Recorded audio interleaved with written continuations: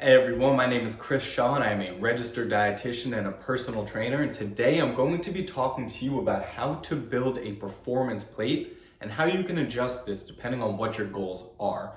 So anytime we're looking at building a plate, this is just a really good reference guide to figure out portion sizes and how to select certain foods to make sure that we're going to meet at the very least the minimum nutrient requirements to make sure that we're staying healthy and performing really well no matter what your goal is. So when we're looking at creating this performance plate, the first component that I always like to address is that vegetable and that fruit component of it. So when you're choosing vegetables, you really can't go wrong.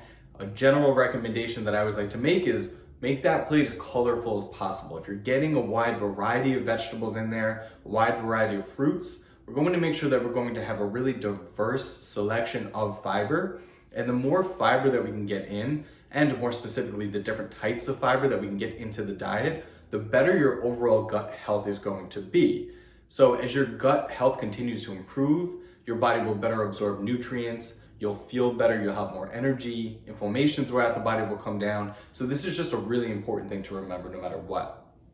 So when we're choosing vegetables and fruits, as you can see, it's about half this plate. This is going to be about 2 or 3 servings of vegetables depending on how you're cooking them and what that vegetable component is. But again, whenever you're choosing it, you really can't go wrong. No need to stress this part of it. It's just finding a way to get a wide variety of vegetables in. So now that we have the fruits and the vegetables taken care of, we're going to look over at the protein. As you can see, protein takes up about 1/4 of the plate, and a protein serving is going to be about the size of the palm of your hand, which is about 3 to 4 ounces of protein per serving. So when it comes to the protein source, this can come from animal products like eggs, chicken, beef, turkey, fish, or it can come from plant-based sources like nuts, seeds, legumes. It's really up to you where you get that protein source from. But in general, if you can make it about 1/4 of the plate, you're going to be off to a really good start. Now, this is where you can start to vary the plate a little bit depending on what your goals are. So for general health, 3 to 4 ounces, about 1/4 of the plate, that's a really good place to start. But if your goal is to maybe increase muscle mass, to recover a little bit quicker from exercise, that protein portion can start to creep up into here, right? So the more protein you're going to get, it's just going to help fuel recovery a little bit. So instead of 1/4 of the plate, maybe it's a little bit more, maybe it inches over a little bit, and we start to get a little bit bigger of a serving size, and this will just help increase the total amount of protein that you're getting throughout your day. And again, like I was mentioning with vegetables and fruit, the more variety we can get, the better. So if you can vary those protein sources throughout the day, it's a really good place to start. So we have the vegetables, we have the fruit, we have the protein taken care of. Next up is the carbohydrates. So carbohydrates, when we're choosing them, we usually want to choose 100% whole grain more often than not. The idea behind this is if it's closer to the way it is in nature, it's usually going to have a little bit more fiber. It's usually going to have some more vitamins and minerals in it, and it's going to just help improve your health a little bit more. So those carbohydrate sources can come from things like 100% whole grain bread, 100% whole grain or whole wheat pasta. You have white rice, brown rice, potatoes, sweet potatoes. Anything that's going to have that starchy carbohydrate component of it is going to be something that we're going to add into this portion of the plate. Now, when you're choosing between things, if you can choose something that has a little bit more fiber, it's usually a little bit better. Again, like I was mentioning with the vegetables and the fruit, that increased fiber is just really important for overall health and gut health specifically. So when we're choosing that, higher fiber is usually the better way to go. So as you can see, it's again taking up about 1/4 of the plate. This will also start to change depending on what your goals are.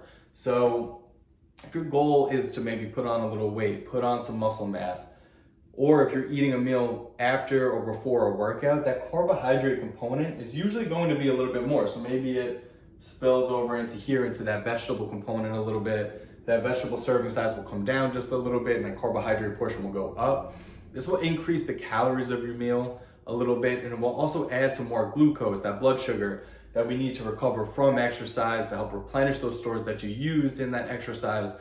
So even though this is a structure of a plate that's in general good for health, we can adjust this. You don't have to stick to this no matter what. We can adjust this depending on what your goals are, and maybe the protein will go up, maybe the carbohydrates will go up. There's definitely some play here, but if you're not really sure where to start, we could stick with this general recommendation for getting those portion sizes in to make sure that we're getting, at the very least, the bare minimum vitamins, minerals, fiber, protein, and carbohydrates throughout the day.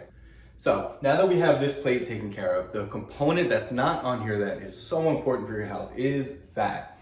So fat can come from a wide variety of sources, and fat is really important for brain health, for cardiovascular health. Fat is also something that helps us stay full after meals. It adds to that satiety. So fat can come from a wide variety of sources, and it fits into different components of this plate depending on where you're getting it from. So a big source of fat in our diet can be oil. So when we're talking about extra virgin olive oil, coconut oil, avocado oil, that's a very common oil to either have as a dressing on the vegetable component of your meal, or maybe you're cooking with it. So if you're cooking your protein in oil, that will count as the fat portion of it. If you're adding dressing to your salad or your vegetables, that will also count as the fat component of it. But if you're not adding to your vegetables, you're not cooking your protein in it, that fat can come from things like avocado, nuts, seeds. They're really important sources of fat in our diet. So again, just like everything else, the more variety we can get in, the more sources of fat we can get into our diet, the better your overall health is going to be. An important note with this is, depending on where you're getting your protein from, that protein portion of your plate might count as the protein and the fat. So an example of that would be a fatty fish like salmon. Salmon is very healthy for you. It's high in that omega-3 fatty acid that we're looking for. Omega-3 fatty acid specifically is really good for lowering inflammation in the body, which again is good for brain health, cardiovascular health.